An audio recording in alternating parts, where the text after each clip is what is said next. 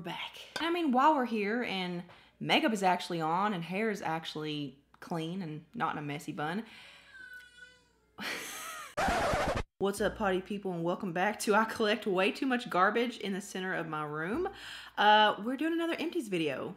Hello, welcome back. And I know in every empties video, I always say this is probably the most ginormo, massive empties video I've ever done, but like this, new level. I mean, it speaks for itself. So yeah, I'm probably gonna actually break this up into two parts because it's a lot. And this would be probably like a 1 hour video if I didn't do that. So you guys know the drill. If you like videos like this, which I'm pretty sure you do because empties videos are some of my most viewed videos on my channel, give it a thumbs up to see more like it, and subscribe to my channel, join my community, and turn that notification bell on to always see my stuff. And check your settings, make sure that it's set to all and not just some, so that you actually see everything I post. And without further ado, let's dive in and review my junk. So I'm not gonna go in any order this time because who has time to do that? So the first thing I have is a self-tanner. Now this is more like a declutter item just because it's too old. It's not actually empty, but this is my favorite self-tanner. I actually did a video a few years back from it's like my top 10 products from Sally's Beauty, and this was in here and I still love it to this day. I just don't ever use it because I'm lazy. This is the Tan Wise Dark Bronzing Sunless Mousse.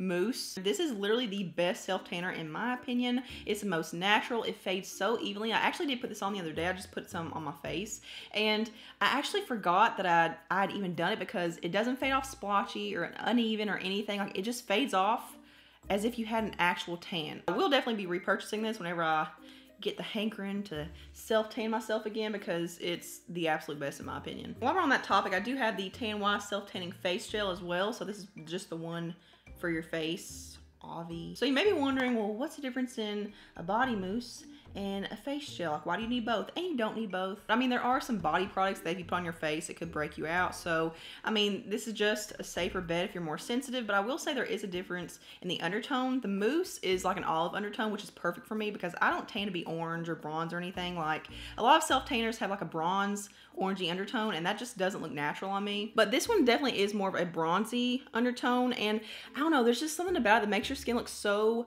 radiant and healthy. Like, it looks like you have makeup on when you don't. Like, I don't know what it is about it, but it perfects your skin in the most beautiful, natural way. Like, I mean, it's just a self-tanner. It sounds like I'm talking about a makeup product, but this stuff is really, really good as well. And once again, it fades off very, very evenly. It never looks splotchy or uneven. I mean, obviously, if you apply it badly, it can. I love this stuff as well. I'm throwing it away just because it's old. I've had it for way too long. And then while we're on that topic, I'm also throwing away this self-tanning mitt from Ulta just because it was loved and it's time. This is the Ulta brand Bronze Glow Self-Tanning Sunless Tanning Mitt. And I really did enjoy this. It's just your typical, like, it's kind of like Saint Tropez. They have a more expensive one, but this is like $6 at Ulta, or it was whenever I last purchased it. But I think the next time that I buy one, I'm gonna buy them from Amazon because I just ordered my mom a set of 3, and it came with not only it was like a velvety mitt that kind of like, it was like a glove, like it kind of wrapped around your hand to where it wouldn't slide off and stuff, because that is a problem that I didn't realize was a problem at the time with these. Oh my God, yeah, this is definitely getting thrown away. But yeah, the problem with this is that it can have the tendency to like slide around as you're applying it and not actually stay up. Yeah, I probably won't repurchase this for a while just because there are so many options on Amazon, but it did work. Next up is a shower gel, and I go through these so much. Like, I always find these at TJ Maxx, and I'm pretty sure at least one has been in every empties video that I've done. So this is the Alba Botanica Very Emollient Bath and Shower Gel, and it comes in this ginormous, like, jumbo size pump bottle, which is very convenient for the shower. I really, really do like these shower gels because they do leave your skin feeling very soft and moisturized. Like, it doesn't feel like your skin's stripped, and it lathers up a ton, so that it's really good for shaving your legs and stuff in the shower. So you can, you can see the little landing strips, the little lawnmower lanes that you're making on your legs. So yeah, I'm always repurchasing this. I also have another Tan Wise product. I just now saw this. This is also not empty, but it's old. This is the Tan Wise Sunless Tanning Spray. So I don't think I use this more than 2 times. Oh, I hate being wasteful so much. I didn't like this one. I don't like spray self-tanners. Like, the mousse is the way to go, like 100%. But this one was a different undertone than the mousse. Like, this one was more of a bronzy undertone from what I remember. And like I said, I just don't like orangey, bronze undertone self-tanners because it looks completely unnatural on my skin tone. I wouldn't repurchase it. And you guys know, I mean, Need I say more? So I do have a lot of hair products on top, so I'm just gonna go ahead and pull those out and try to keep this a little more categorical in a way. So next up I had this Paul Mitchell Invisible Wear Undone Texture Hairspray. So I've become a texturizer fanatic in the past, I don't know, 6 months or so. And like I used to be reliant on hairspray for my hold, but ever since I started using like texturizing hairsprays, not hairsprays, but like hair sprays, not hair. Ever since I started using texturizing sprays, I don't rely on hairsprays as much for all the hold. And because I don't have to rely on hairsprays for my hold, then my hair doesn't look helmety and hard and crunchy and super, super dry. But yeah, this really does help with just kind of giving you some body and some texture and oomph to your hair, especially if you have really fine limp hair. It doesn't have the best hold though, I will say that. Like this isn't something that's gonna last you from the time that you apply it to the very end of the night. You know, like this is just very temporary, but I will say that it's one of those products that you can just kind of like zhuzh your hair again throughout the day and it kind of poofs it back up. I don't have any in my hair right now, so it's like, so I do like this stuff, but I'm not, you know, completely hooked to it. So I do want to try different brands and stuff. So it's good, but it's not like the end all be all. Next up is the Aussie 3-Minute Miracle Deep Conditioner. And I remember this stuff being the shiz back in like middle and high school. Like everyone used this. But now that I've tried more like high-end salon products, like this just, it feels so cheap to me. Like it seems like nothing but silicone. And I feel like it's one of those products that it makes your hair feel really, really soft and conditioned and stuff, but it's not like a long-term effect because it's literally just silicone being coated on your hair. But it's just, it doesn't do anything for me anymore. Next thing I have is the Fantasiaic Hair Polisher Olive Moisturizing Shine Serum.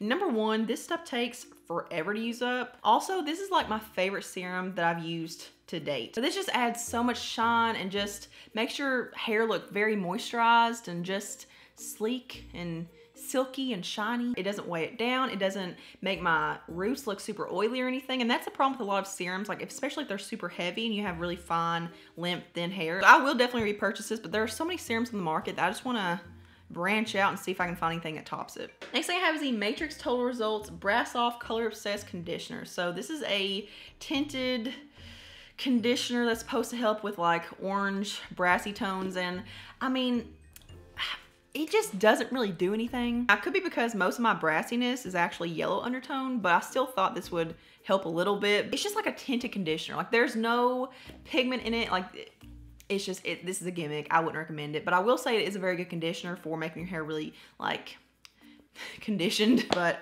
as far as like actually eliminating brass, no.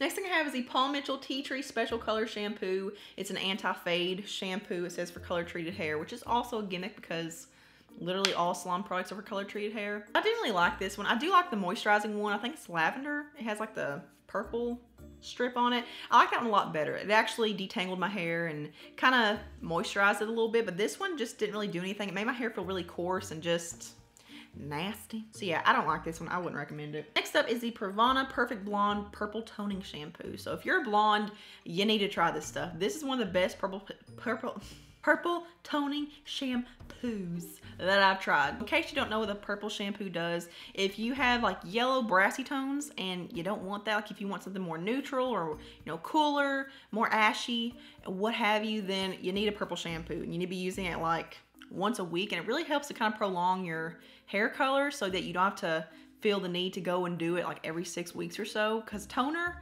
like most hairstylists use toners on your hair, but toners wash out so quickly. I tried some that either they're way too potent and way too pigmented and you have to like, oh, I can't leave this on my hair for longer than like 10 seconds, and then there are some that just, oh, I've left it on for an hour and it's still not done anything. But this is just like the perfect kind of formula. Like you can leave it on, but you don't have to be worried about it turning super quickly. Like I leave this on for the majority of the time that I'm in the shower. So yeah, it doesn't turn my hair purple. I don't think I've ever had that kind of experience. Next up is the Kenra Design Light Hold No. 9 Hairspray, and this did nothing.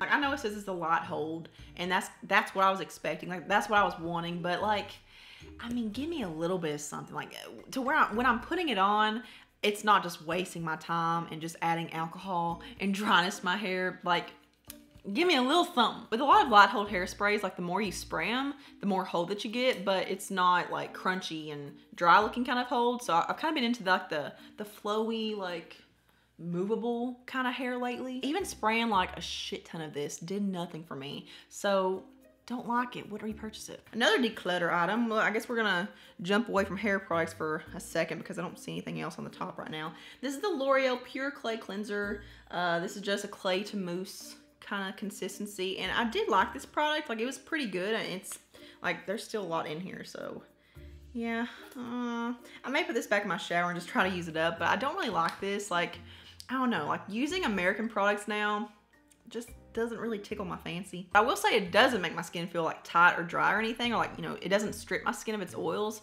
but I just don't really like it. So this is one that I completely used up. So this is the Good Molecules Niacinamide Brightening Toner. So this is formulated with niacinamide, vitamin C, arbutin, is that how you pronounce it? Arbutin? Arbutin? I don't know. And licorice root extract to brighten and improve the appearance of large pores. So Good Molecules actually did send this to me, and they actually sent me several other products I'm testing right now. So shout out to them, I appreciate it. But yeah, I can't tell you the last time that I actually used up an entire bottle of toner, aside from the stuff that I've used up in this video. This just didn't really do anything for me. It may be one of those products that you have to buy continuously and like use over a longer period of time to see anything. But I mean, I have very large pores. Like my T-zone is like one large pore. But I will say you can't really shrink pores. Like, I know it says improves the appearance of enlarged pores, but that basically just means it's going to help clean the pore out, because you can't change the physical size of your pores. We've talked about this before. But also it didn't really help my hyperpigmentation. So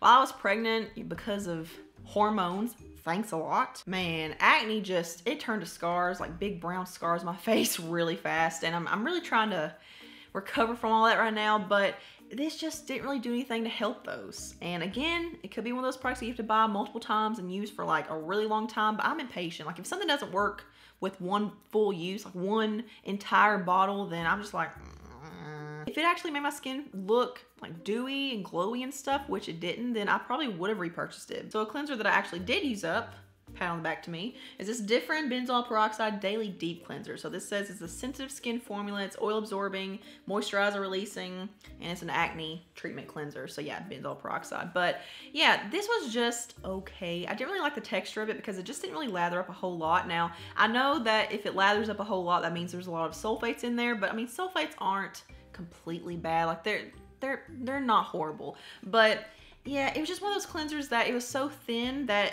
whenever it got on my face and I started rubbing it around, it just kind of seemed like it just started disintegrating. It made you feel like you needed more, so I probably overused it. But I mean, I will say it didn't make my skin feel dry or tight or stripped or anything, so it definitely was, you know, a really sensitive formula. But I also don't really feel like it helped to prevent acne. Like, I still got acne while using this. I mean, it may have helped a little bit, but not a whole lot. So I mean, it's not bad, but it's just not something I'd repurchase. So another skincare product I have, and this is embarrassingly old. This is the 100% pure Australian tea tree oil. So I'm not really sure what the brand name is. I feel like it's like Desert something. I would see stuff all the time on Pinterest for like DIY acne treatments. Like, you mix this with water or mix it with glycerin or something for this DIY toner spray or whatever. Like, that's how old it is. I just don't know if I can condone that kind of behavior now. Like, don't DIY stuff. It's not worth it. But I also remember putting this on my face without any kind of dilution. Oh my God. Don't do that. Do not put straight up tea tree oil on your face. I was very uneducated and misinformed at the time. Like, that's what happens whenever you listen to Pinterest and you take what you see on Pinterest, like, you take it as the gospel. Next up, I have the First Aid Beauty Facial Radiance Pads, and these are just chemical exfoliating glycolic acid toner pads, and these were just okay. Like, they weren't great, they weren't horrible, they were just okay. Next up is the Souay Revitalizing Rose Mist. So you guys know how much I love this stuff. This is like my maybe 5th, 6th bottle of this, and I did an entire video dedicated to reviewing this because it wowed me that much. Like, I took the time to make a video just for one product.